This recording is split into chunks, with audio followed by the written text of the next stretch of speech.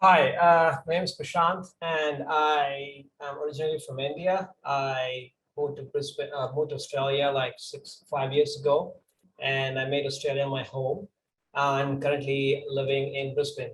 So I've been pretty much a trade journalist for the past 10 years. I've been working. I started my industry back in 2009, 2010. I was a trainer in a couple of places like Arena, Multimedia, and a couple of places for a year. And then I started my career in rhythm and hues as a junior lighting artist. And I worked my way up, worked with a couple of places I can just start a screen share. Easier. Yeah. So, yeah. So I hope you guys can see my screen. So yeah, I started my career in a couple of studios. I started with Rhythm and Hues, and I worked with a couple of startup companies called Tau Films, Badger Entertainment. I'm pretty confident working with startup studios in the past, and then I started working with Lucasfilm Method, which is Allura, Rajasthan, and for 2 years in 2019, 2020, I was a lead artist for Melfilm, which became Mr. X later. And currently I'm working as a senior 3D artist at FinDesign, doing lighting, look dev, and texturing. So yeah, I just wanted to show you guys my journey of VFX and how I balance my personal time and personal work and professional work for the past 10 years. I'm just going to take you guys through some of my works. I think that would be you'll be interested to see. I have a chart since 2010. So I'll take you to what I'm doing right now today, some of the works that I like to show, and this is some of the stuff that I do. I pretty much do a lot, including modeling, texturing, shading, and I like to get the entire shot from scratch till the end. Um, yeah, I've been doing a lot of grooming and creative work recently, doing assets and these kind of things. But I'll just show you where I started back in 2009, 2010, when you didn't have any resources to learn. And so I just had to figure out my own ways to learn. And I used Mental Ray at that point of time, made an average showreel, happened to get into rhythm and hues, and I never stopped after I went to rhythm and hues. I used to go home after work, and I used to spend 2, 3 hours every day for 5, 6 days a week and do my personal projects, learn what is beyond lighting. And I was lighter. I was a photographer since I was a kid. So lighting was my thing. But I did want to learn more than that. And I was always curious as to what does it take to make a final image? So I started out somewhere like everyone. And these are some pretty average works that I started at that point of time, pretty basic modeling. And I did do a bit of texturing here and there just to learn how texturing pipeline works. Even though I was lighter, I was just trying to understand how texturing and shading works. And I happened to do this particular artwork of old man, which back in 2013 was kind of a big thing to do it. Now it's very easy to do all these things. But it turns out that this one actually ended up winning an award in Germany, and I happened to fly to Berlin and get an award for that. That was the first time I went to Europe internationally. And what did happen was, so I was, and I'm pretty sure you guys knew a lot of what happened with the Rhythm News. It had to shut down. And what did happen to me was I was always thinking of doing my personal work, and I thought that it would actually save me at some point of time. So what did happen when Rhythm News shut down in India was I was still a junior artist, but I didn't have a showreel. So what did happen was one of the company in Dubai ended up hiring people. So I applied with my personal artwork, and they hired me as a journalist. So it was a smaller company, it was a startup studio. So I happened to just get to a company, and I liked working there for 6 months. And I missed the greenery in Dubai. And after that, during that time, I was actually working on my personal artwork on the side. after I went home pretty much every day, I did a couple of, I started doing a couple of fur work, just basic fur rendering, fur lighting, and these kind of things. And what had happened was I wanted to move out of Dubai to another greener place. I applied to like 30 different companies around the world. Happened that one of the company in Australia, which was Illora, happened to hire me. Just called me up and said, "Hey, GB, I really like your personal works which you're doing for using all these fur and everything. And we're working on TED 2, which is actually a furry character. And back in Rhythm and Hues, I have also lit a couple of furry characters, and my personal work complemented my professional work. So they just said, "Would you like to come and work?" And I said, "Yeah." But turns out that during the interview, they did not understand me at all, because my English was really poor at that point of time. It was back in 2015, 2014.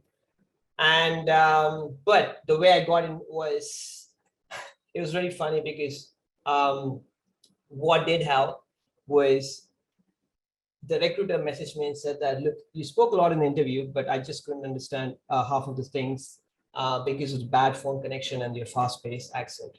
Can you write everything in an email and send it, because you seem to have know a lot of things." I took like a few hours, wrote 4 pages of pretty concise email, and I sent it to them, and I happened to get my first job in Australia, outside India. And but still, I was very much keen to build my English, and over time I happened to converse a lot to my colleagues, and which helped me get better at English. And then when I came to Australia, I started trying out doing a bit of character work. And I do love texturing a lot. And I spent my free time after work. It took like 2-3 months. I did it on a very old, slow laptop, the basic setup that I had. And I happened to do something like this. I did a, what do you say? I did a tribal, which I found an image online, and I really like to replicate it. So I used a couple of softwares like Mari, and you can actually see a screenshot of my texture painting. I used Mari, V-Ray, and Mari, V-Ray, and yeah, Mari and V-Ray to get it out. And then what did happen was, I don't know what happened. I keep posting my stuff online every time. And what had happened was ILM reached out to me. I don't know if it was through my personal work or my professional work, but they reached out and said, "Hey, we're looking for people. Would you like to come and work with us?" And nobody would say no to ILM. So I just went to Singapore. I started working for them, but the biggest challenge I had was they used RenderMan and Katana, and I actually did not know both of them. Although they were training me, I was pretty much wanting to pace myself and learn it pretty faster. So I bought a computer. I bought a small computer, and I went home every day, and I started doing something really complex. I'd like to do something big. I like to challenge myself with really big environments and characters and everything. So I went home. It took 3 months for me during my free time on my weekends. I happened to make this really complicated, beautiful image of a scene. It's more like it's not a realistic one, but it's a very stylized full CG sequence shot. And I had to do a lot of R&D in RenderMan to just see how to get it done smoothly. And I happened to show this person work to my lead, and he was pretty much impressed. And he said that, "You know what, I'll give you lighting, I'll give you a look dev role along with the lighter role." And I happened to do both look dev and lighting in a show that I was working on at the point of time. So yeah, I think doing personal work does help, and that's one of the areas where I learned that you would benefit so much from doing personal work on your free time.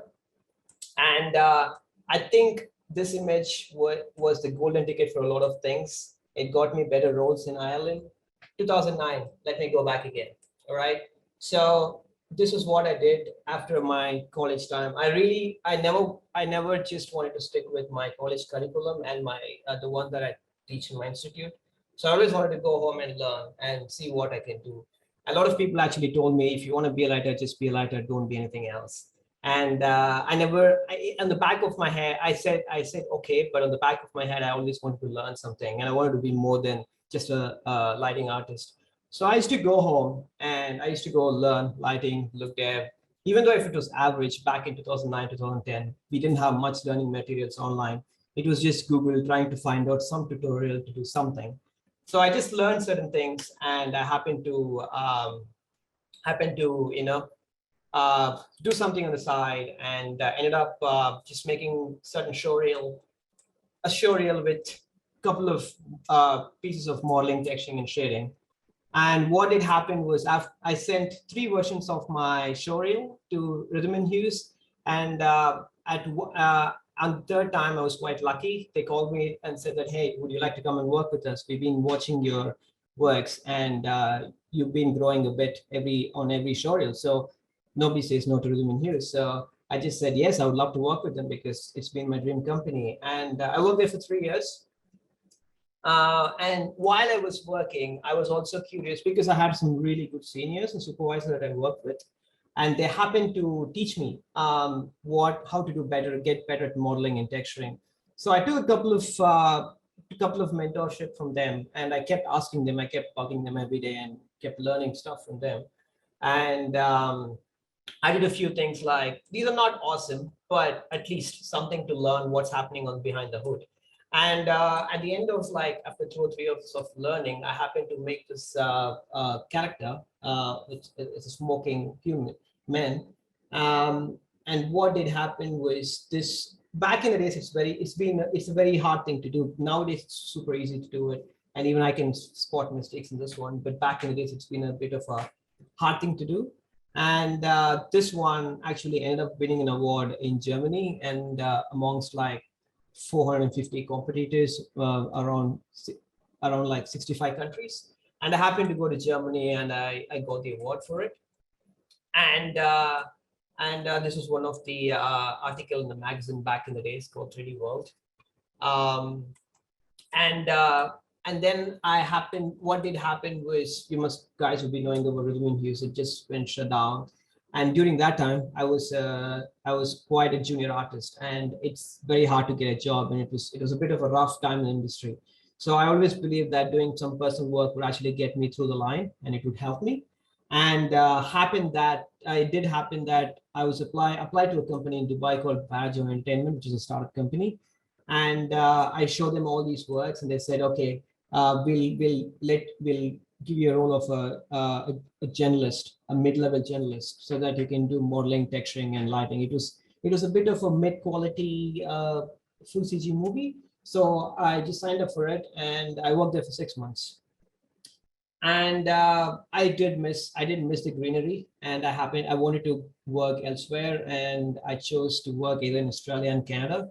So when I was in Dubai, I went home every day, and until 2 a.m. every day. I did every single day, Monday to Saturday. I did a couple of artworks. It can be environments, it can be characters, it can be full CG. And I was trying different things, different softwares, just to get my head around understanding how softwares work. And what did happen was, I packaged my entire showreel, and I sent it to around 40 different companies, 30 to 40 different companies around the world, hoping that I'll hear back from one of them. Happened that I heard back from MPC and MPC for Jungle Book. And I got a message from Elora asking me if I can work with them for TED. And TED was a furry show, and they saw a lot of my fur R&D work, and they said, we really liked your fur R&D work, and your showreel has full of R&D work with fur. So can you help us with TED? And I said, sure. I had an interview with them, and turns out that they could understand what I speak. It's because they did not get my accent, or it was really fast and the line was really poor. But instead of rejecting me right away, the recruiter took a chance, messaged me saying that, hey, would you like to write whatever you wrote or whatever you spoke in the interview? Because we really see that you have potential. You spoke a lot, but we couldn't understand for some reasons. I took 3-4 hours, wrote 3-4 pages, sent it to them. and I got my job in Australia. And I happened to fly to Melbourne, and I worked with them for a few months. And after that, during that time, I did have my free time after work. So what did happen was I bought a computer, and I ended up doing a character, which took a couple of months because I was learning to do characters, and I was doing learning to do advanced texture painting at that point of time. So I found this image of what do you say, tribe online, and I wanted to repaint it. So I just used Mari. I learned Mari from scratch, and I finished the project, and it was well received by a couple of my supervisors. And during that time, I was always posting stuff online. I always loved to post stuff online. So I do not know what happened. If ILM happened to see my work, they ended up reaching out to me saying that, hey, we are looking for lighting artist. Would you like to come and work with us? I couldn't say no. I got a job there in Singapore, and I happened to fly there, and I worked for them. The problem was I did not know Katana and RenderMan. RenderMan was quite new to me. So I wanted to choose a project for my personal project so that I can fast track my learning to RenderMan. So what I did was I chose a really beautiful image, a few nice photographs back in the day. And I created this beautiful image using a couple of softwares. I learned SpeedRe, I learned RenderMan, Maya, a couple of extra stuff. And I was a beta tester for Megascans because I tested and worked on Megascans before it even came out. So these were all done back in 2015 when Megascans was not even released outside.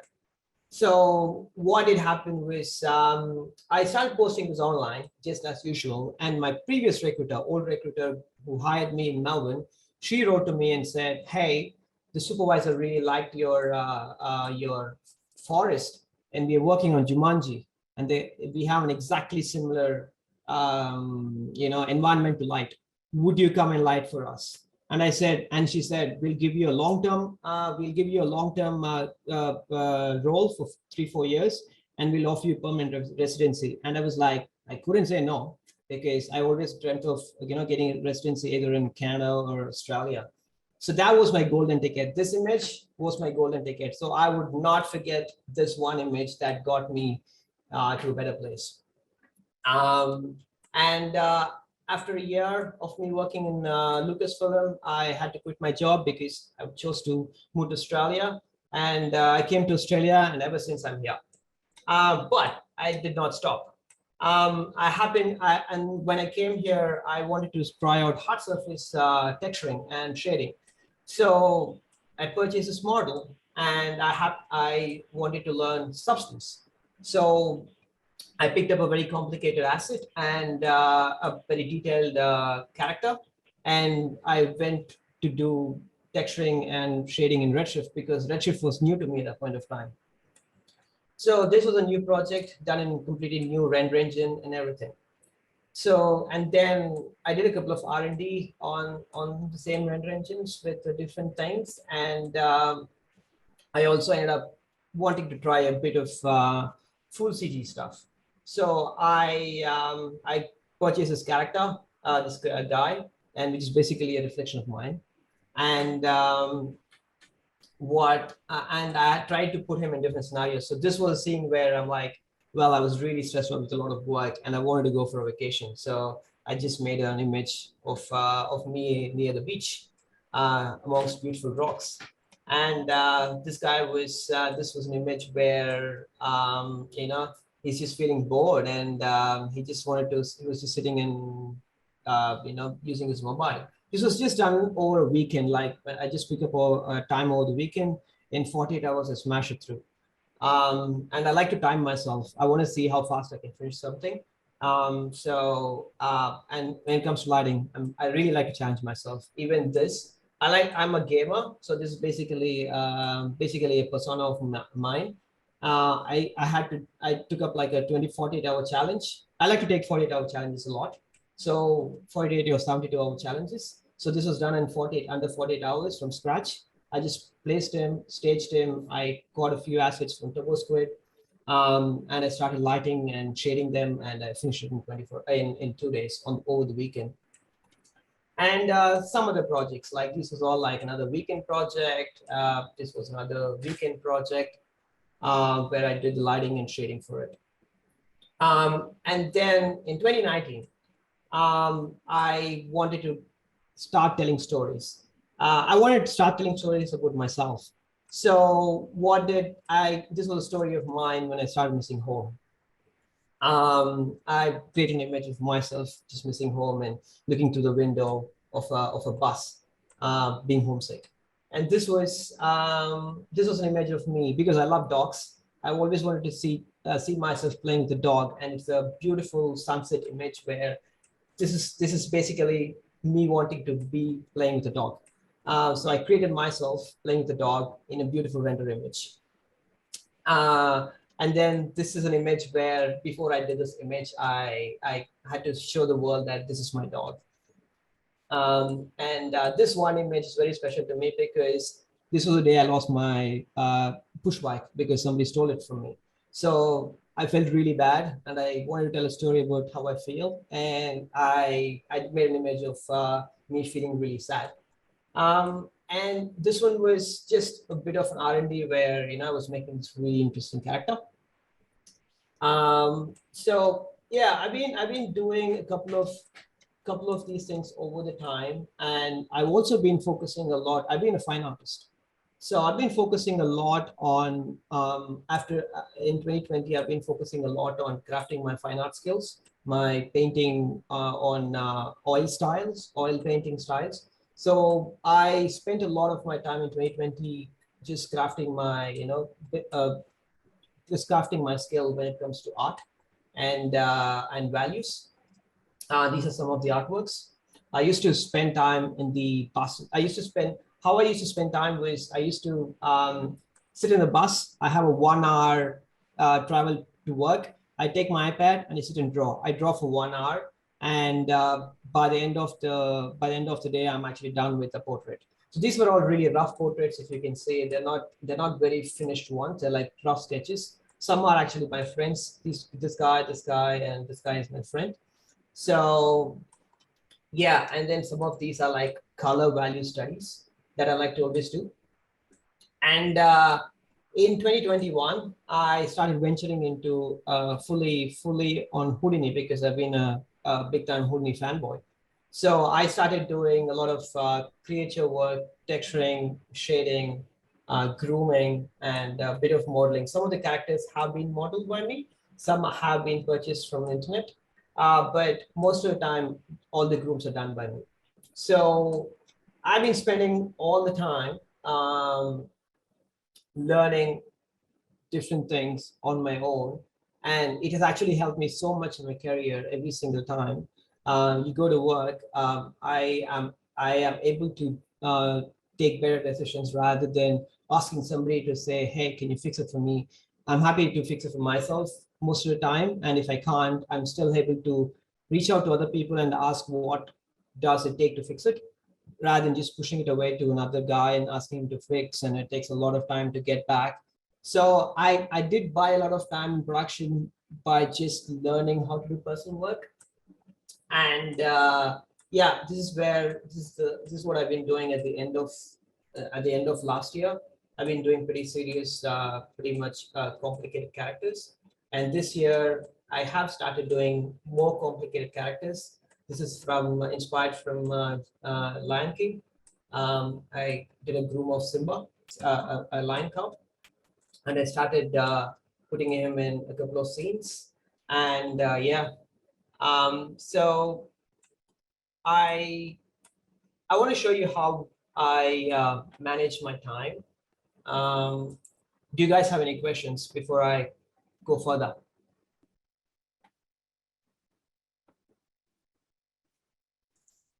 I have one. I Yes. wanted to know how have you ever faced a crunch culture in your career graph? What do you make crunch culture? Like you have stayed up long and did your work, and somehow your family or something didn't work or like it was difficult for you to balance both the things? Yes, it is. It is constantly. Look, it's constantly a challenge. It's all about like that would be my next topic. You just have to be a bit disciplined regarding how you do it, when you do it, and yes, work, sometimes family commitments do take up a lot of your time. And yes, my dad passed away 2 years ago too. It was a bit hard for me to just wanting to do something, and a lot of things just come in. Just took up much of my time, but it's just a part of life. The thing is, what I like to do is I like to keep a routine. So either it's 1 hour a day or 6 to 8 hours a week. So, and if life is really hard, what I do is I just push it to, I just don't work for a week or two or a month, and then I catch up with time eventually. But if it's there for a year or two, then it's a bit hard. But do you mean that's a short-term thing, or do you mean it's a long-term thing? Yeah, GV, I want to ask you a question, Prashanth. Yeah. How do you monetize this hobby of yours, or call it a passion, or because you're putting in so much effort? Where do you see this headed? Yeah, so right in the past, I'll tell you where what my plan was initially in the last few years, how my business plan was, and I'll tell you where I'm going, what I'm planning to go right from now on. In the past, the way I saw it was, okay, I'm going to spend a few hours and I'm going to spend a few dollars. Say I do spend like $4,000 to $5,000 every year on technology, on computers. Just can you request you to not stop sharing your screen so we can see you? Oh yeah, sure. Let me stop sharing. Yeah. Yeah. So now we can see you. You're human. You're not a creature. Yeah, cool. So the thing is, there are two ways. A few years ago, when I started, I had a business plan and I actually stuck to it. The way I planned it is I usually spend $3,000 to $5,000 every year for me to learn, and I spend X amount of money, X amount of time for me to get better. So the way I calculate it is, okay, if I'm spending this much of money and this much amount of time, it is going to help me pay a few $1,000s better than the person who's actually sitting next to me. And that's how I monetize myself.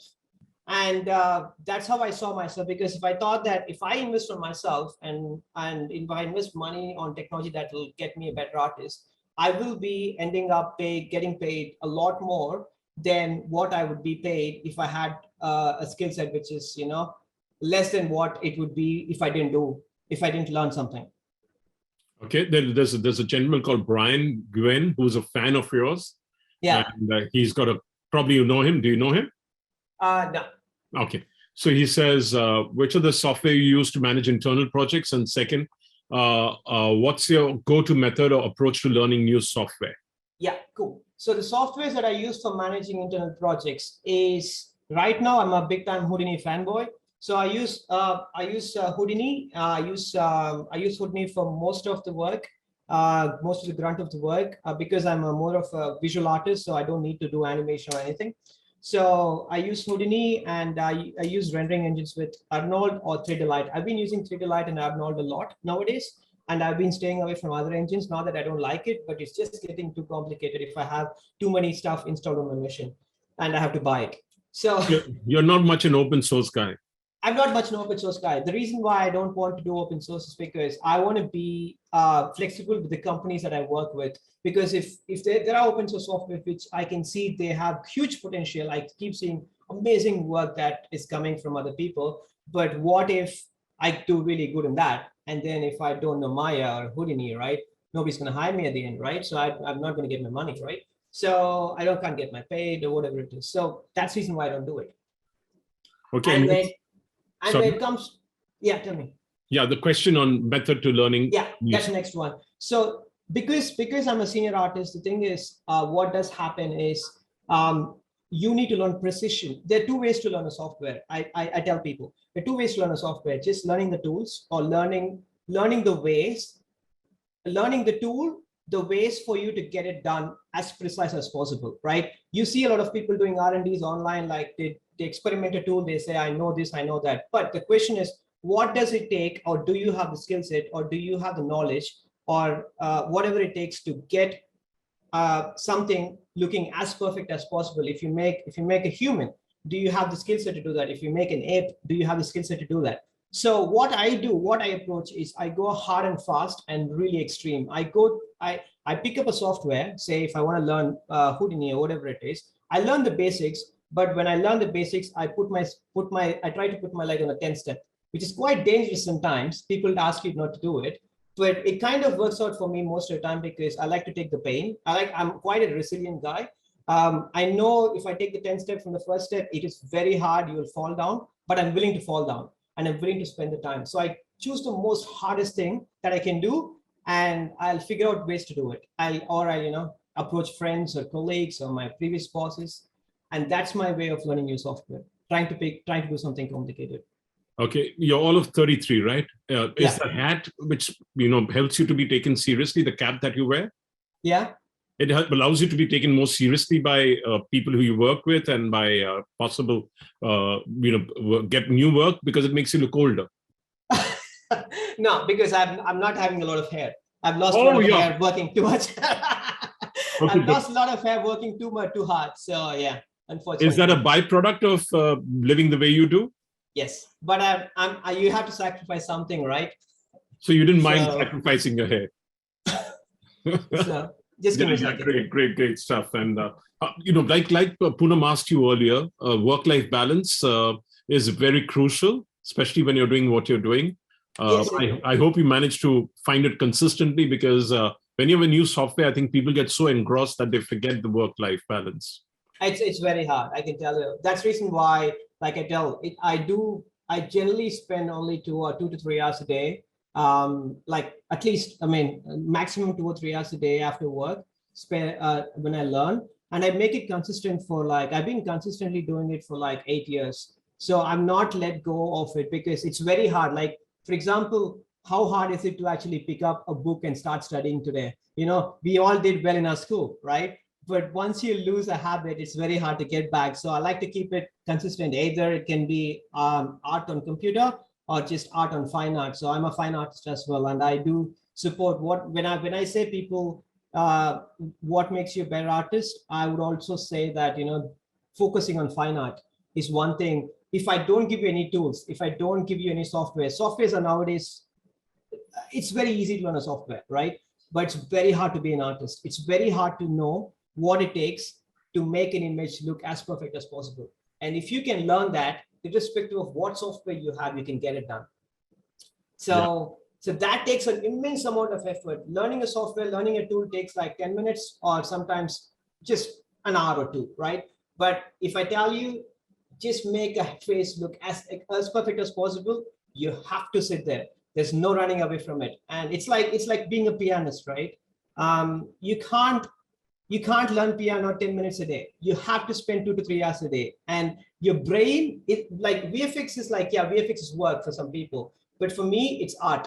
If I cannot do art, if I cannot polish my brain and polish my skill, my eye, it's like a pianist. You cannot become a really good pianist. You need to spend 2 to 3 hours a day, every day for the rest of your life to become a really good pianist. Someone like Rahman. So he's fantastic. So one of the points that came up, we don't have enough concept artist. How do we plug that gap? And secondly, how long do you think it will take time? How much time do you think it will take to learn to reach the level you have done your work for a fresher? I'm speaking from terms of back in the days when I was growing up. My generation is 10 years older, right? So from this industry, so I took around 7 to 8 years to get better at what I do, and it's a humble time. Today, when I didn't have any technology, when I didn't have any money, any technology, no tutorials, no YouTube, no much sessions like you guys, because it's now like Patreon, there's everyone spending, everyone throwing out materials everywhere. The thing is, right now you have the materials. You just have to learn the art of getting better. So now you have not many people are actually teaching you what it takes to make the best image looking possible. People are teaching, a lot of tutorials are actually teaching you, tools. So I think in a span of 4 years, you can become what I've become in 10 years. With the technology and the resource that you have right now. That too, considering you put in effort after you come home and, think like a pianist.